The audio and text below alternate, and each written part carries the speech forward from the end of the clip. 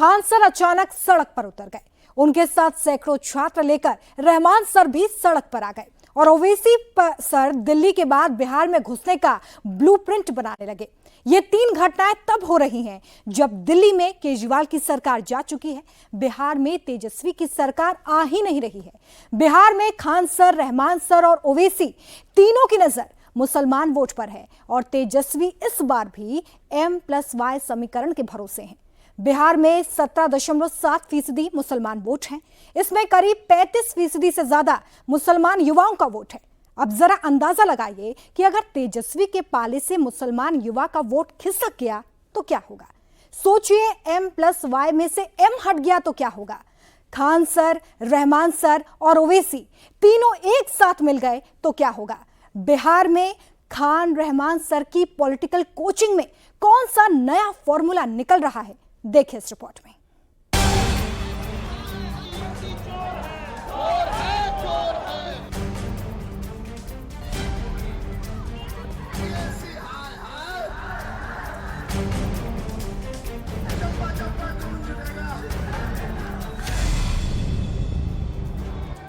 बिहार में सबसे hot topic youth के साथ सड़क पर उतरे कोचिंग वाले खान सर हैं। दहेज की गाड़ी नहीं, सरकारी अधिकारी की गाड़ी में घूमना है। भरोसा रखिएगा, आज झुकेगा नहीं तो कल झुकेगा। झुकना ही पड़ेगा क्योंकि ये पुष्पा नहीं बिहार है, झुका के रहेगा। हजारों स्टूडेंट से घिरे गुरु रहमान सर हैं। हाय हाय हाय हाय, बीपीएससी हाय हाय, एक ही बोली एक ही माल। दिल्ली में बैठकर बिहार की राजनीतिक पार्टियों को चुनौती देते ओवैसी सर भी हैं। हमारे अख्तरुल ईमान साहब मेहनत कर रहे हैं, उनके साथ और भी अच्छे लोग जमा होंगे, साथ आएंगे और इंशाअल्लाह ताला मुझे यकीन है कि बिहार के नतीजे हमारे लिए बहुत अच्छे रहेंगे। अब देखना यह है कि दूसरी पार्टी क्या करते हैं। दिल्ली का फैसला होते ही बिहार का मैदान सज चुका है। नारों का शोर बता रहा है कि चुनाव अब ज्यादा दूर नहीं है। चप्पा चप्पा कौन जुटेगा, चप्पा चप्पा कौन जुटेगा। बिहार में इस बार चुनाव से पहले सभी की नजर स्टूडेंट्स यानी 30% से ज्यादा यूथ वोटर, 17.7% मुसलमान वोट पर सबसे ज्यादा है। बिहार के छात्र और मुसलमान जिधर जाएंगे पलड़ा उसी का भारी रहेगा, सरकार भी उसी की बनेगी।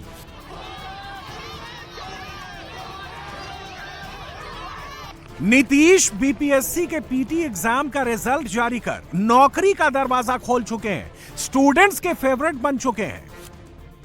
लेकिन इसके बाद भी यूथ वोट की लड़ाई खत्म नहीं हुई। अब खान सर ने इस पॉलिटिकल फाइट में नया तड़का लगा दिया है। गुरु रहमान को साथ लेकर नया मोर्चा खोल दिया है और इस बार अपनी कोचिंग के स्टूडेंट्स को लेकर सड़क पर उतर आए हैं। ये री एग्जाम ले लेंगे तो सबसे ज्यादा भलाई लाभ इसमें सरकार को ही होगा। री एग्जाम मान कहीं से गलत नहीं है, धांधली हुई है, एकदम धांधली हुई है। री एग्जाम अगर होगा तो इससे सबसे ज्यादा सरकार को ही फायदा होगा। ये उनका गुस्सा नहीं झेलना पड़ेगा चुनाव में इन लोगों को। 30% से ज्यादा यूथ वोट को अपने पाले में करने के लिए पप्पू यादव, प्रशांत किशोर, राहुल गांधी इस आंदोलन को समर्थन दे चुके हैं। परीक्षा रद्द कराने की मांग को लेकर पटना हाईकोर्ट में याचिका दायर की जा चुकी है। हाईकोर्ट इस याचिका पर 28 फरवरी को सुनवाई करने वाला है। हाईकोर्ट का फैसला आने से पहले ही सड़क पर जो बवाल मचा है वो बता रहा है कि असली लड़ाई बीपीएससी रिजल्ट की नहीं, अक्टूबर या नवंबर में आने वाले विधानसभा चुनाव के रिजल्ट की है। सवाल यह है कि क्या खान सर मुसलमान और यूथ वोट का नया मिक्सचर तैयार कर रहे हैं। खान सर ये नया वोट बैंक किसके लिए खड़ा कर रहे हैं। खान सर के नए वोट बैंक से क्या ओवैसी को नुकसान होगा या फिर तेजस्वी राहुल गांधी को खान सर डेंट पहुंचाएंगे। बिहार में अभी तक जाति के वोट की बात होती रही है, लेकिन इस बार मुसलमान और स्टूडेंट्स का नया कॉम्बिनेशन तैयार किया जा रहा है। एक नया वोट बैंक बनाया जा रहा है। इस वोट बैंक पर ओवैसी की भी नजर है, इसीलिए चुनावी शंखनाद से पहले ही ओवैसी ने सीमांचल में ताल ठोक दी है। वो अख्तर ईमान साहब, आफ्ताब साहब पूरा ग्राउंड वर्क कर रहे हैं माशाल्लाह से, और इंशाल्लाह अच्छा खासा प्रोग्राम बना रहे हैं हम लोग आने वाले दिनों में, और हम लोग अपनी सीटों पे लड़ेंगे। और ख़ास तौर से जो हमारे टिकट पर जीतकर जो लोग सीमांचल की जनता के पीठ में खंजर घोपा है, उनको भी सबक मिलेगा। दिल्ली की 2 सीटों पर मुसलमानों के अच्छे खासे वोट लेकर ओवैसी चौंका चुके हैं।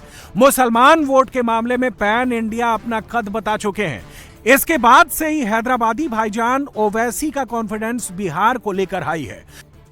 अब देखना यह है कि दूसरी पार्टी क्या करते हैं, क्योंकि ये जो आजकल पॉलिटिक्स में जो 6 महीने पहले लिव इन पॉलिटिकल रिलेशनशिप होता है और 6 महीने के बाद फिर खत्म हो जाता है, तो ये इससे भी बहुत बुरा असर पड़ता है अवाम के जहन पर कि पार्लियामेंट के चुनाव में तो आप सेकुलरिज्म की दुहाई देते हैं और आप क्या क्या बातें करते हैं, और उसके 6 महीने के बाद फिर आपकी जो इश्क है, सियासी आपकी जो शादी है या फिर मोहब्बत है, वो कैसे खत्म हो जाती है।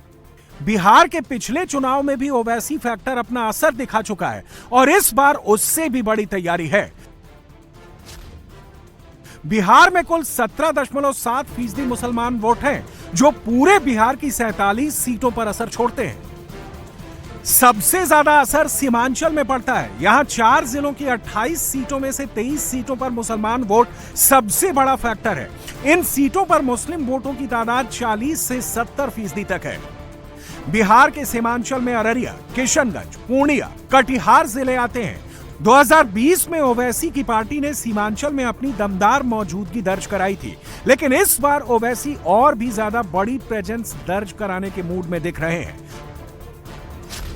2020 चुनाव में सीमांचल के कुल 28 सीटों में से बीजेपी को 8, जेडीयू को 6, आरजेडी को 3, कांग्रेस को 5, एआईएमआईएम को 5 और अन्य को 1 सीट मिली। ओवैसी की पार्टी सीमांचल में 20 सीटों पर चुनाव लड़ी थी। 5 सीटों जोकीहाट, बहादुरगंज, कोचाधामा, अमौर और बायसी पर एआईएमआईएम ने महागठबंधन को हरा दिया। 2020 में मुस्लिम बहुल सीटों खासकर सीमांचल को लेकर महागठबंधन काफी कॉन्फिडेंट था, लेकिन ओवैसी ने अच्छे खासे मुसलमान वोट लेकर सारे समीकरण बिगाड़ दिए और फ्यूचर में मुस्लिम पॉलिटिक्स की नई लाइन लेंथ भी तैयार कर दी थी। रानीगंज सीट पर जेडीयू को 2034 वोट से जीत मिली। इस सीट पर एआईएमआईएम कैंडिडेट 2412 वोट ले गया। किशनगंज सीट कांग्रेस 1381 वोट से जीत पाई। इस सीट पर एआईएमआईएम कैंडिडेट को 41,904 वोट मिले। शेर घाटी में आरजेडी को 16,690 वोट से जीत मिली। एआईएमआईएम को इस सीट पर 14,987 वोट मिले। ओवैसी पिछली बार की तरह इस बार भी दमदार तरीके से मैदान में उतरे तो जान लीजिए, लो मार्जिन वाली सीट तेजस्वी राहुल के लिए बड़ी परेशानी बन सकती है। बिहार में आरजेडी की नजर भी यूथ और मुसलमान वोट वाले कॉम्बिनेशन पर ही टिकी है।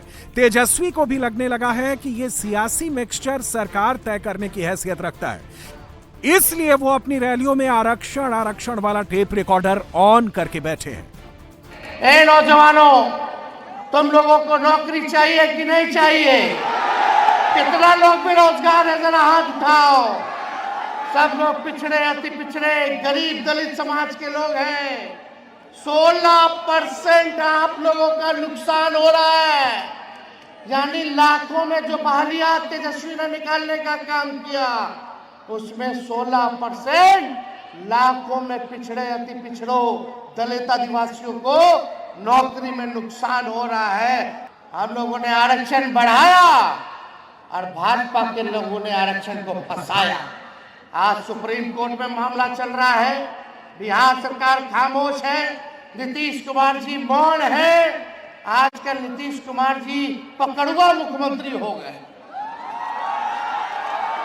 यानी खाली देह है, चेहरा है, लेकिन चला कोई और रहा है।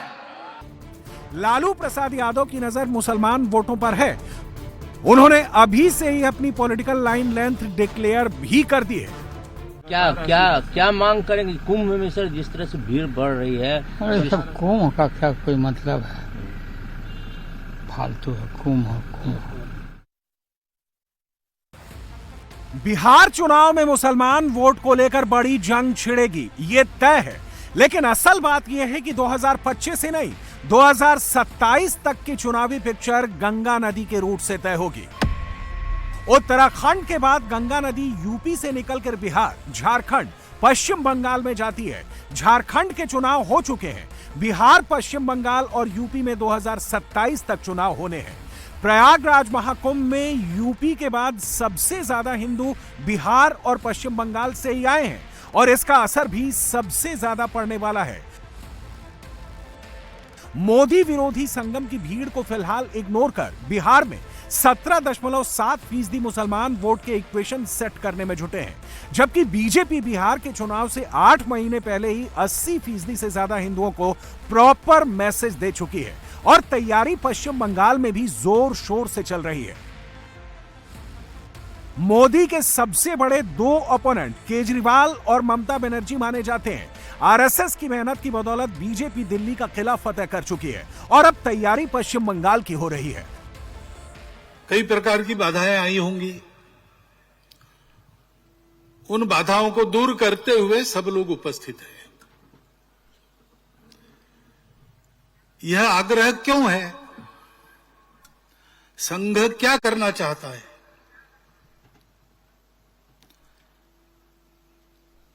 तो एक वाक्य में इस प्रश्न का उत्तर देना हो तो संघ संपूर्ण हिंदू समाज का संगठन करना चाहता है। हिंदू समाज का संगठन क्यों? क्योंकि इस देश का उत्तरदायी समाज हिंदू समाज है। भारतवर्ष एक भूगोल नहीं है केवल, भूगोल तो छोटा बड़ा होते रहता है, परंतु भारत तब कहा जाता है जब उसका एक स्वभाव होता है। भारत का एक स्वभाव है, उस स्वभाव के साथ हम नहीं रह सकते ऐसा जिनको लगा, उन्होंने अपना अलग देश बना लिया।